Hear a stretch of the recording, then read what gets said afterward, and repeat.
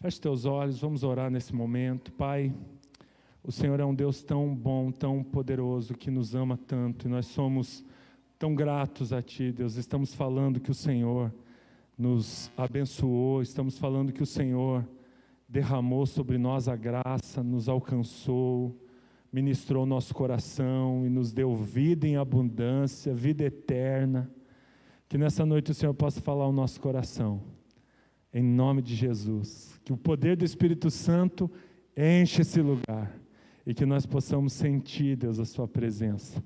E possamos não só sentir, mas compreender, Pai, aquilo que o Evangelho nos ensina, em nome de Jesus. Amém. Amém? É incrível o louvor, porque a gente recebe o Evangelho na mente. Nós temos 2 HDs, o HD da mente e o HD do coração. E quando nós recebemos o Evangelho, nós recebemos na mente. Porque é uma mensagem, né, que chega na mente. Muitas vezes, pelo poder do Espírito Santo, já vai direto ao coração, já vai direto no profundo da alma. Mas eu gosto de um autor norte-americano chamado Timothy Keller, e tenho aprendido com ele sobre o Evangelho. Tenho estudado o Evangelho, e ele diz que existem algumas características de igrejas que pregam o Evangelho, que elas são importantes, são essenciais. E uma delas é um louvor contagiante. Porque o louvor faz uma coisa, segundo Timothy Keller: amolece da mente, faz descer ao coração. Lindo isso, né? Então nós precisamos cantar, meus irmãos, ouvir canções na nossa casa, resgatar o cantar em casa. Eu me converti numa igreja, eu acho que alguns aqui tiveram essa experiência, em que se dividia as vozes até no templo, ainda as pessoas, elas tinham muita noção de música. Então, assim, era muito comum naquela época que se cantava em casa, se cantava no caminho do culto. Nós precisamos resgatar. Eu acho que nós temos como igreja perdido aquele negócio a característica da igreja de ser pessoas que cantam. Nós precisamos resgatar isso na nossa casa. Então nós precisamos deixar que o louvor e a adoração vá diluindo, vai fazendo o Evangelho descer no profundo da alma. Amém? Então por isso é muito importante o louvor. Nós cantamos antes da pregação e cantamos após a pregação. É para isso, é para esse ambiente contagiante, o Evangelho descer ao nosso coração. Eu quero convidar vocês a abrirem a palavra de Deus. Vocês vão ter muita dificuldade de achar o texto, mas está em Gênesis capítulo 3, versículo 8. Não leremos todo o relato da queda, mas vamos ler o versículo 8.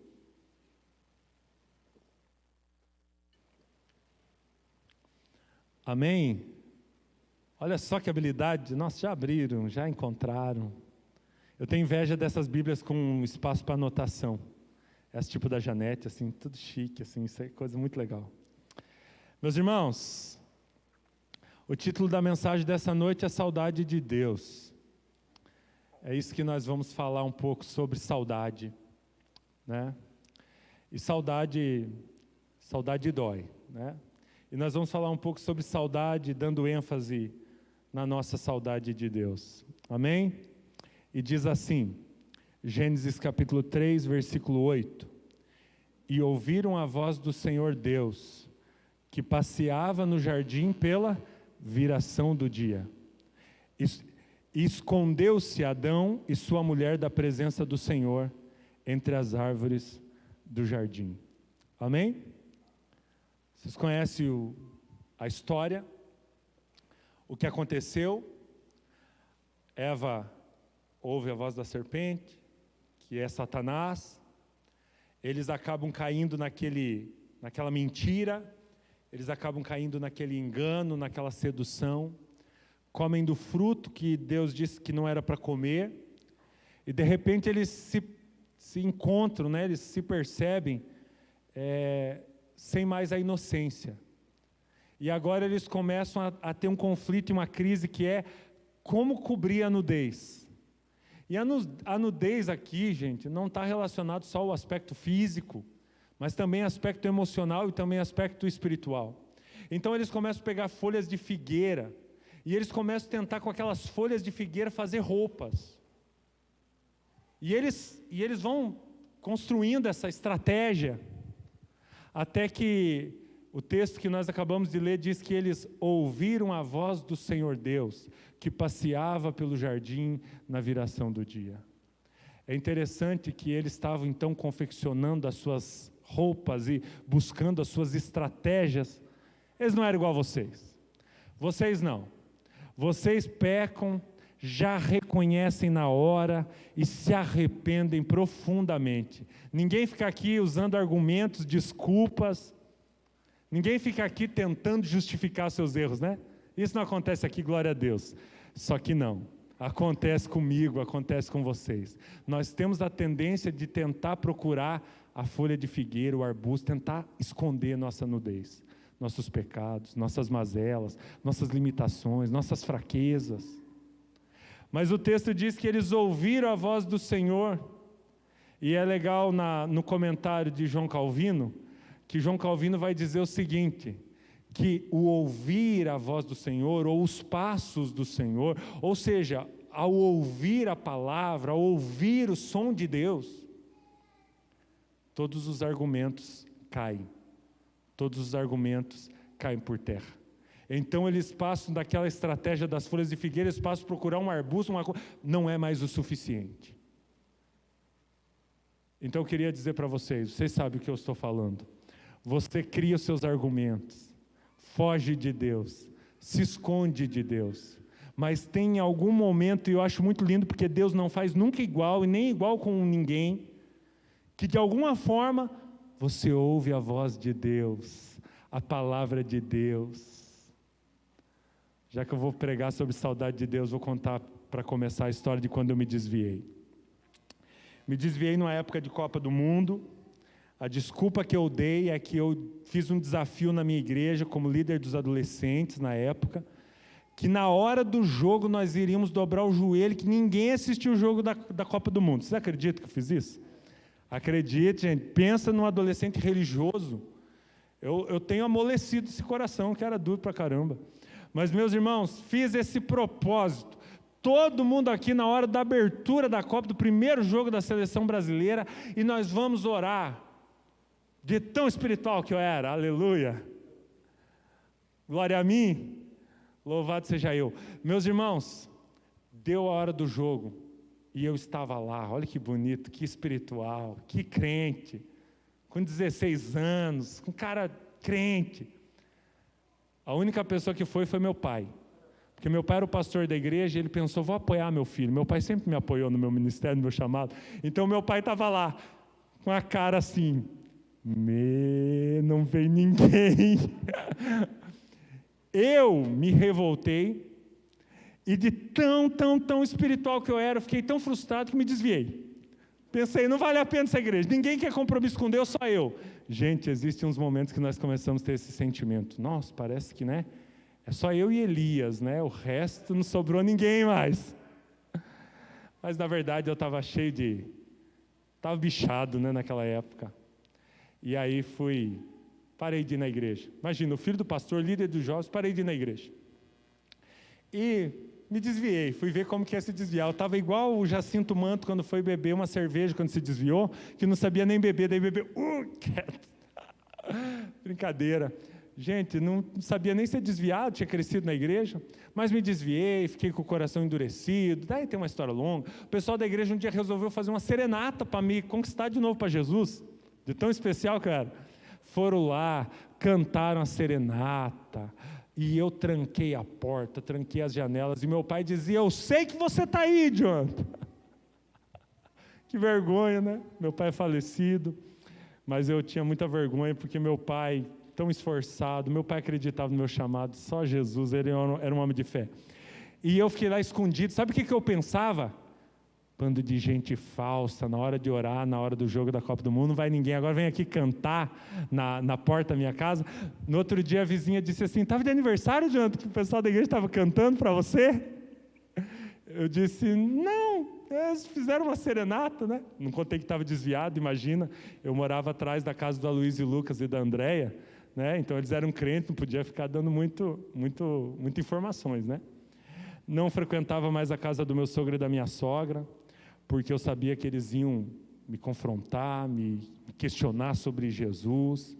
E não ia mais na casa do meu pai e da minha mãe, porque também não queria ser confrontado. E daí aconteceu uma cena que já contei tantas vezes. Acabou o dinheiro, acabou minhas contas nas padarias, porque quando eu era adolescente eu tinha uma conta em cada padaria, mas daí quando você não paga, daí eles paravam de te vender, quando virava um mês. E acabou o dinheiro, não tinha mais as contas ali para comer. E aí, gente, não tinha mais comida lá na casa. Eu fui morar sozinho, de tão rebelde que eu estava. Fui morar sozinho e tal. Fiquei lá isolado. À noite me dava uma depressão, era uma tristeza. O que aconteceu, gente? De repente chegou um dia que eu não tinha recebido salário, estava faltando alguns dias para receber, e não tinha mais comida. Então, assim, eu tinha ou que ir lá na casa dos meus pais comer, ou na casa do meu sogro e da minha sogra, ou virar pedinte, né? Porque eu não tinha mais ninguém para me vender, já estava devendo. Vergonha, né? Contar essas coisas. Mas eu já vou começar contando os meus pecados para ver se vocês ficam mais confiantes de abrir o coração de vocês até o final dessa mensagem. Sacaram por que eu vivo contando pecado aqui? Meus irmãos, e eu comecei a ficar sem comer. Eu era magro para chuchu, mas a fome do adolescente, gente, eu tinha 17 anos, 18 já quase. A fome, aquelas canelas são ocas, né? Muita fome. E eu não tinha o que comer, e passou um dia e outro dia, e eu comecei a ficar com muita fome, estava quase um jejum, né? E aí, mas coração duro, gente ruim, não tem dó, não tenho dó porque fiquei com fome. Fiquei com fome de ruim, fiquei com fome de coração endurecido, de adolescente ruim. E aí, depois de uns 2 dias e meio, acho que deu uns 2 dias e meio sem comer, e a fome bate, gente, a fome é dolorida, eu acho que até no segundo, terceiro dia é o dia que mais dói a fome, quando eu conto de jejum, depois do terceiro dia você já se acostuma a ficar sem comer. Meus irmãos, eu chegava em casa do Tino Fotografias, que eu era fotógrafo, aprendiz lá de fotógrafo, chegava em casa às 11h30 da manhã, deitava para dormir, porque o que faz o depressivo, o mal amado, amargurado, não tinha nem comida para comer, ou eu posso encher a cara de comida, ou então eu vou dormir, ou então alguma fuga a gente acha quando nós não estamos bem, né? E eu queria a fuga da comida, mas como não tinha, então ia para a fuga da cama. Dormi. Eu dormia o horário de almoço todo, era 2 horas, eu dormia, ia com a cara inchada, trabalhar à tarde, cabelo arrepiado, porque Krupzak não consegue dormir e depois pentear o cabelo se não lavar, né? Não tem jeito, a gente vive lavando o cabelo para tentar pentear. Deitei para dormir, bateu na porta a minha vizinha, que não sabia nada da minha vida, que não conhecia, ninguém sabia exatamente o que se passava. Sabia que eu estava desviado, mas não os vizinhos não sabiam. Eles falavam assim, o Jonathan é uma bênção, filho do pastor da Batista, abençoado esse rapaz. E eu lembro que ela bateu na porta, e eu com aquele estômago, né, oco, vazio, com fome, já era magro para chuchu. Gente, ela bateu na porta e eu vinha muitos dias frio, assim, distante das coisas de Deus. Assim, para mim, eu queria assim, o avesso do Evangelho. Eu vinha chateado, a Daiane sabe, a Daiane foi tão de Deus que a Daiane ela falou assim, Jonathan, se você continuar desse jeito, o que me chamou a atenção em você foi o teu amor por Jesus. Nossa, louva a Deus por amar Jesus desde aquela época. Ela falou, o que me chamou a atenção em você foi seu amor por Jesus. E se você perder isso, então não tem sentido a nossa história, não vou mais ficar com você. Mas eu estava tão endurecido que até nem voltei para Jesus nesse dia. Meus irmãos, chateado, magoado, frio, distante. A vizinha bateu na porta, eu abri, sem saber quem era, e a Andréia estava segurando um prato de pizza na mão, cheio de pizza, não sei, era muita pizza, acho que ela sabia que eu comia pra caramba. Ela trouxe os molhos, né, ketchup, maionese, mostarda, e ela trouxe uma garrafa de Coca-Cola. E ela falou, Jonathan, a gente acabou fazendo mais pizza do que a gente ia comer, ela era só em 3. Ela falou, pensamos em trazer para você quer? E eu falei, até quero, né? E aí agradeci, entrei para dentro da casinha, sentei para comer a pizza, morrendo de fome, já estava com a mão tremendo. Nossa, soltaram até uma música ficar emocionante, ô louco! Essa equipe é incrível, gente. Gente, o que aconteceu? Sentei para comer, Fui pôr o primeiro pedaço de pizza na boca, uma voz falou comigo. Falou, você não está sozinho. Não importa esse rumo aí que você está levando na sua vida, eu continuo tendo planos para você. Eu estou com você. E eu vou dizer para vocês, meus irmãos, entre a primeira mordida da pizza e essa voz, eu quero lembrar do que Calvino disse. Quando Adão e Eva ouviram a voz do Senhor no jardim, os argumentos caíram por terra. Pode ser uma música, pode ser uma pizza, pode ser alguém, né? Nós estávamos contando, né? As histórias do Jefferson. Vocês lembram do Jefferson que acabou falecendo? Até fiquei muito entristecido que meu amigo Josué acabou de me contar que a mãe dele faleceu na quarta-feira. Meu amigo, conte com as nossas orações, com o nosso amor. A mãe dele era pastora e ficamos muito sentidos, né? Tem sido um tempo muito duro, de muitas mortes, muito duro para nós, né?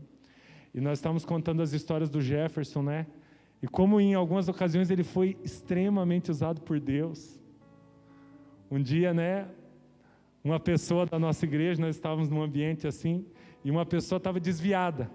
O resto estava todo mundo reconciliado com Jesus. E o Jefferson chegou lá. E ele olhou bem para aquela pessoa e falou, ó, volta para Jesus.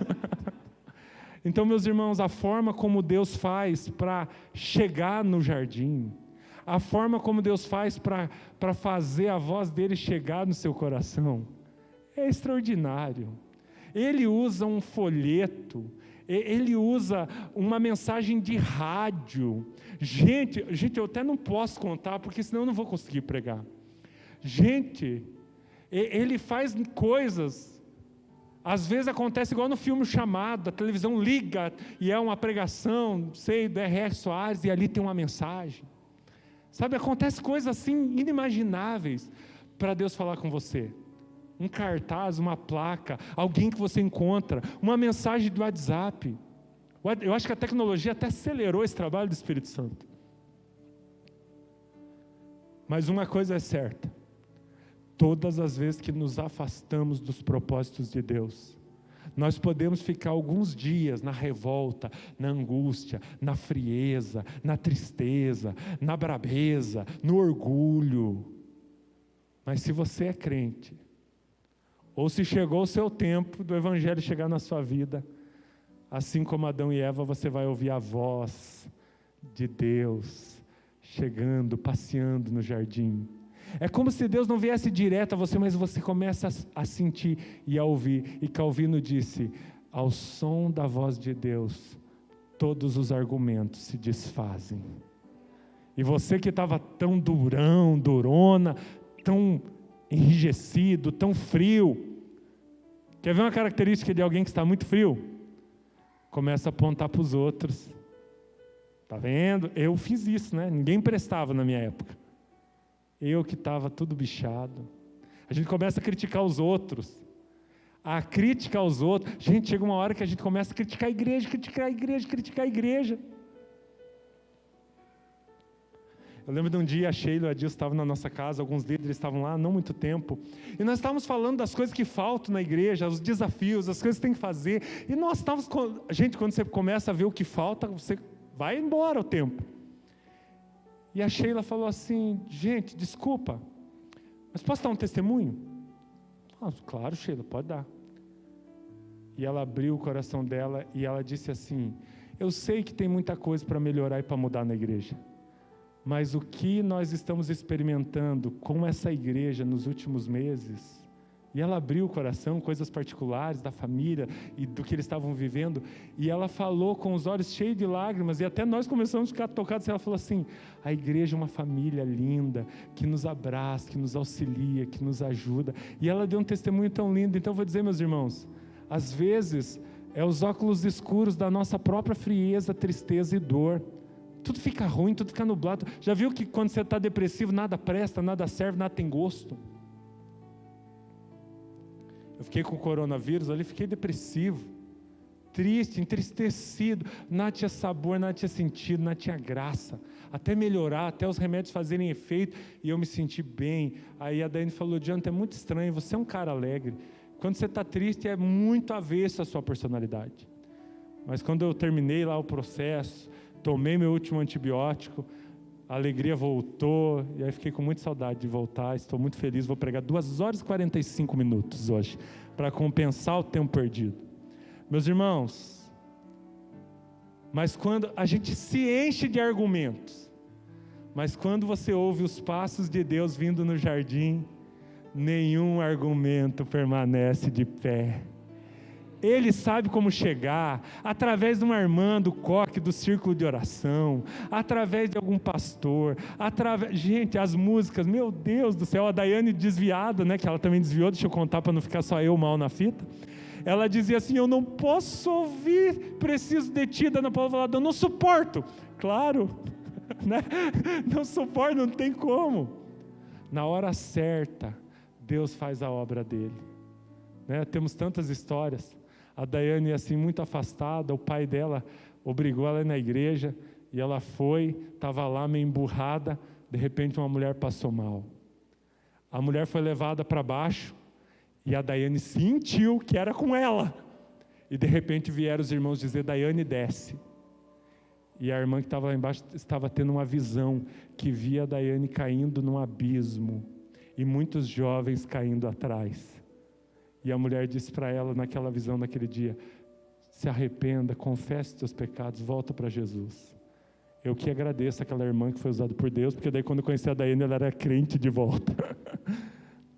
Mas, gente, sabe, não é nada provável alguém aqui ter uma visão e ser com você, mas quando Deus quer falar, Ele usa o que não é crente até para falar com você.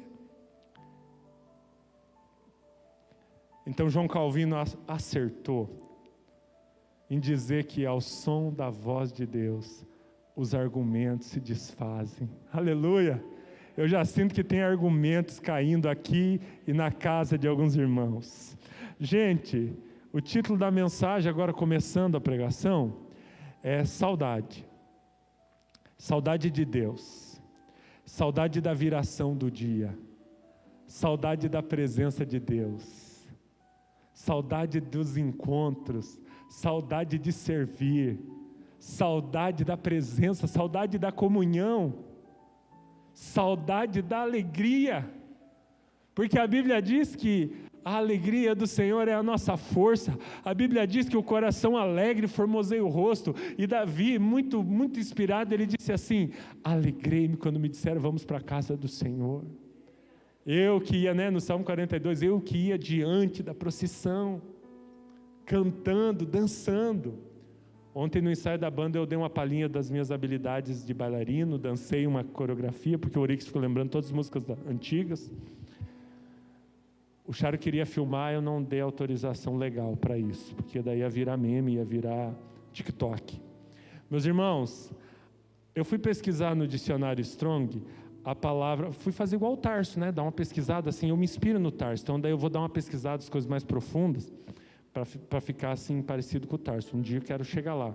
Eu me alegro tanto de ver o Tarso pregar lá. Aquela do sal, olha, aquela do sal, ela só se equiparou com aquela do ouro. Eu estou esperando, quando vinha prata, o diamante, o negócio, vai lá, Tarso, vai se preparando.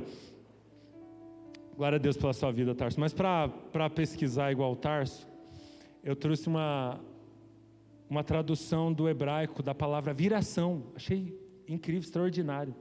A palavra viração, lá no original do capítulo 3, versículo 8, é a palavra roá, vento, hálito, espírito, fôlego, ar, entusiasmo, vivacidade, vigor, coragem. É quase como se falasse, esse momento da viração do dia não tem nem a ver com ser de noite, ser de manhã, ser de tarde, não é nem isso. Essa viração do dia era quando soprava a brisa, o hálito de Deus, a presença de Deus. Ela vinha e ela pairava. Só quem já experimentou sabe do que eu estou falando. Quando não tem coração que resista. quando vem a presença de Deus. Gente, eu sou vizinho de uma igreja, você acredita? Lá o meu vizinho sabe disso, o pastor é animado, canta. Então eu escuto da minha casa, eu moro no último andar, mas eu escuto o pastor lá, meu vizinho cantando e soltando as músicas.